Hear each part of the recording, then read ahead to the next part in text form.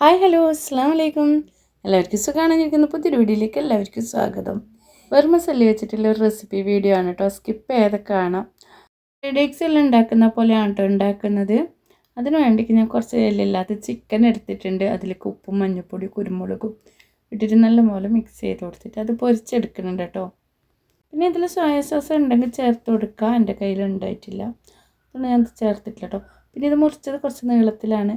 മസാല കുറച്ച് നീളത്തിലല്ലോ, അപ്പോൾ അതുപോലെ തന്നെ ഉണ്ടാക്കാമെന്ന് വിചാരിച്ചു.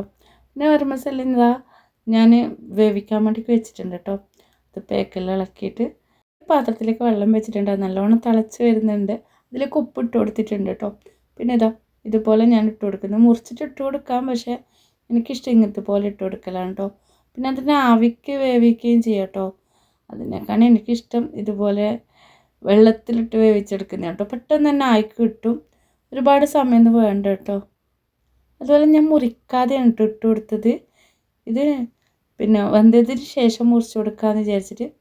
അപ്പോൾ ഇതാണ് ഒരു ഫോൺ വെച്ചിട്ട് എനിക്ക് ഇളക്കി കൊടുക്കാൻ പറ്റുന്നില്ല, ഇളക്കി ഇട്ട് കൊടുക്കുകയാണ് കേട്ടോ. പിന്നെ രണ്ടാമത്തെ പേക്കും ഞാൻ അതുപോലെ തന്നെ വേവിച്ചെടുക്കുകയാണ് കേട്ടോ. ഇത് കഴിഞ്ഞിട്ട് വെന്തതിന് ശേഷം ഇതുപോലെ കത്രി വെച്ചിട്ട് മുറിച്ച് കൊടുത്താൽ മതി കേട്ടോ. ഇതിന് മുന്നേ പൊട്ടിച്ചിട്ട് എടുക്കുന്നതിനേക്കാളും നല്ല വെന്തതിന് ശേഷം മുറിച്ച് കൊടുക്കുന്നതാണ് നല്ലത്. പിന്നെ നല്ലോണം ചെറുതാക്കി മുറിച്ചിട്ടില്ല, കുറച്ച് വലുതാക്കിയിട്ടാണ് കേട്ടോ ഞാൻ മുറിച്ചത്. നമ്മളെ ഇഷ്ടത്തിനനുസരിച്ചിട്ട് മുറിച്ചെടുക്കുക. നന്നായി ചെറുതാക്കിയിട്ട് എടുക്കുന്നുണ്ടെങ്കിൽ അങ്ങനെയും ആക്കാം. ഇതിപ്പോൾ ഞാനൊരു പാത്രത്തിലേക്ക് തണിയാൻ വേണ്ടിക്ക് ചൂട് കുറയാൻ വേണ്ടിക്ക് വെച്ചിട്ടുണ്ട് കേട്ടോ. ഇത് തണിഞ്ഞതിന് ശേഷം ഉണ്ടാക്കുമ്പോഴാണ് കുറച്ചുകൂടി നല്ലത്. അതിന് വേണ്ടിയിട്ടുള്ള വെജിറ്റബിൾ ഞാൻ കട്ട് ചെയ്ത് വെച്ചിട്ടുണ്ട്. ഇത് നീളത്തിൽ തന്നെയാണ് കേട്ടോ. ക്യാരറ്റ്, ബീൻസ്, ക്യാപ്സിക്കൊക്കെ മുറിച്ച് വെച്ചത്. അതുപോലെ തന്നെ വെളുത്തുള്ളിയും മുറിച്ച് വെച്ചിട്ടുണ്ട്. പിന്നെ വേണ്ടത് ഇതാണ് കേട്ടോ. അണ്ടിപ്പരിപ്പും മുന്തിരിങ്ങയും ബദാമും മല്ലിച്ചപ്പും മുറിച്ച് വെച്ചിട്ടുണ്ട് കേട്ടോ. അങ്ങനെ ഇതൊക്കെ കൂടിയിട്ട് നമുക്കൊന്ന് വറുത്തെടുക്കാനുണ്ട്, വേവിച്ചെടുക്കാനുണ്ട്. വറുത്തിട്ടല്ല വേവിച്ചെടുക്കാനുണ്ട് കേട്ടോ. അതിന് വേണ്ടിയിട്ട് ഞാൻ ഒരു പാൻ അടുപ്പത്ത് വെച്ചിട്ടുണ്ട്, ഒരു പാത്രം അടുപ്പത്ത് വെച്ചിട്ടുണ്ട്. അതിലേക്ക് കുറച്ച് ഓയിൽ ഒഴിച്ച് കൊടുക്കുക കേട്ടോ. ഓയിലാണ് കേട്ടോ എടുക്കേണ്ടത്, വെളിച്ചെണ്ണയല്ല. അതിനൊക്കെ നമുക്ക് അണ്ടിപ്പരിപ്പും മുന്തിരിങ്ങയും ബദാമും കൂടി അതിലിട്ടിട്ട് വറുത്തെടുക്കണം കേട്ടോ. ഇത് ഫുഡിലിടുമ്പോൾ കുറച്ചുകൂടി നല്ല ടേസ്റ്റാണ്. ഇതിടയ്ക്ക് കടിക്കാൻ കിട്ടുന്ന സമയത്തൊക്കെ നല്ല ടേസ്റ്റാണ് കേട്ടോ. അപ്പം അണ്ടിപ്പരിപ്പും അതിപ്പോൾ നമുക്ക് ഇഷ്ടത്തിനനുസരിച്ച് എടുക്കാം കേട്ടോ. ബദാമും അണ്ടിപ്പരിപ്പും മുന്തിരിങ്ങയും വറുത്തെടുത്തു കേട്ടോ. പക്ഷേ ഇത് വറുത്തെടുത്ത് വെച്ചാൽ ഫസ്റ്റ് വറുത്തെടുക്കണം. എന്ന് വെച്ചാൽ നമുക്ക് അതിൽ തന്നെയാണ് കേട്ടോ ബാക്കിയുള്ളതും കൂടി നമുക്ക് പച്ചക്കറിയും വേവിച്ചെടുക്കേണ്ടത്.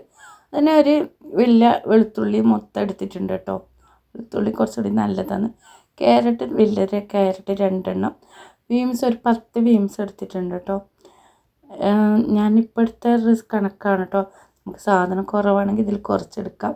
ഒരു പാക്കറ്റാണെങ്കിൽ അതിൽ പകുതി എടുക്കാം കേട്ടോ. അങ്ങനെ ഇപ്പോൾ 2 പാക്കറ്റിനാണ് കേട്ടോ. ഒരു വലിയ ക്യാപ്സിക്കം ഫുള്ളായി എടുത്തിട്ടുണ്ട്. അതെല്ലാം കൂടിയിട്ടാണ് കേട്ടോ നമുക്ക് വേവിച്ചെടുക്കേണ്ടത്. ഒരുപാട് കളറൊന്നും മാറാത്ത വിധത്തിൽ തന്നെ വേവിച്ചെടുക്കണം കേട്ടോ. നമുക്ക് ആവശ്യത്തിന് ഉപ്പ് ഇട്ട് കൊടുക്കാം. അതേപോലെ തന്നെ ഇതിലേക്ക് കുരുമുളക് പൊടി ഇട്ട് കൊടുക്കുക കേട്ടോ. പിന്നെ സോയ സോസ് ഉണ്ടെങ്കിൽ ഒഴിച്ച് കൊടുക്കുക ഇപ്പം. പക്ഷേ എൻ്റെ കയ്യിൽ സോയ സോസ് ഉണ്ടായിട്ടില്ല. സോയ സോസ് ഒഴിച്ച് കൊടുക്കുന്ന സമയത്ത് നമ്മൾ ഉപ്പ് കുറച്ചിട്ട് ഇട്ട് കൊടുക്കണം കേട്ടോ. നോക്കിയതിന് ശേഷം ഇടാൻ പറ്റൂ. ചിക്കനും കൂടി ഇട്ട് കൊടുത്തിട്ട് നല്ലപോലെ ഒന്ന് ഇളക്കി കൊടുക്കുക കേട്ടോ. അതിന് ശേഷം നമുക്ക് ഇതിൽ പിന്നെ ഗരം മസാലേൻ്റെ വേവിച്ച് വെച്ചിട്ടില്ലേ അത് ഇട്ട് കൊടുക്കുക കേട്ടോ. അത് കുറച്ച് കുടഞ്ഞ് ഇട്ട് കൊടുക്കണം. റൈസും ഇതുപോലെ തന്നെ ഉണ്ടാക്കൽ കേട്ടോ. നമുക്ക് റൈസ് ആണെങ്കിൽ ഇതുപോലെ തന്നെ റൈസ് വേവിച്ചിട്ട് ഇതുപോലെ ഇട്ട് കൊടുക്കണം കേട്ടോ. അങ്ങനെ ഇത് കുറച്ചായിട്ട് ഞാൻ ഇട്ട് കൊടുക്കുന്നുണ്ട്. അപ്പോൾ ഒരു കയ്യിൽ ഫോൺ വെച്ചിട്ട് എനിക്ക് വലുതായിട്ട് ഇളക്കാൻ പറ്റണില്ല. അപ്പോൾ ഞാൻ ഫോൺ ഓഫാക്കിയിട്ട് കുറച്ച് ഇളക്കി കൊടുത്തിട്ടുണ്ട് കേട്ടോ. നല്ലപോലെ കുടഞ്ഞു കൊടുത്തിട്ടുണ്ട്. 2 കൈപ്പിടിയിലെ പാത്രമാണെങ്കിൽ ഒന്ന് കുടഞ്ഞ് എടുക്കാൻ പറ്റും കേട്ടോ. ഇനി നമ്മൾ കുറച്ച് ഇട്ട് കൊടുത്തിട്ട് കുറച്ച് ഇളക്കി കൊടുത്തിട്ട് ബാക്കിയുള്ളതും കൂടി ഇട്ട് കൊടുത്തിട്ട് ഒന്ന് ഇളക്കി കൊടുക്കുന്നുണ്ട് കേട്ടോ. പിന്നെ മല്ലിച്ചപ്പും കൂടി ഇട്ട് കൊടുത്തിട്ടുണ്ട്. ഇനി ഇത് നല്ലപോലെ ഒന്ന് 2 പാത്രത്തിൽ 2 കൈയില്ല പാത്രമാണെങ്കിൽ കുടഞ്ഞ് എടുക്കുക കേട്ടോ. ഇതുപോലെ കുടഞ്ഞു കൊടുക്കുമ്പോൾ മസാല എല്ലാ സ്ഥലത്തും എത്തും കേട്ടോ.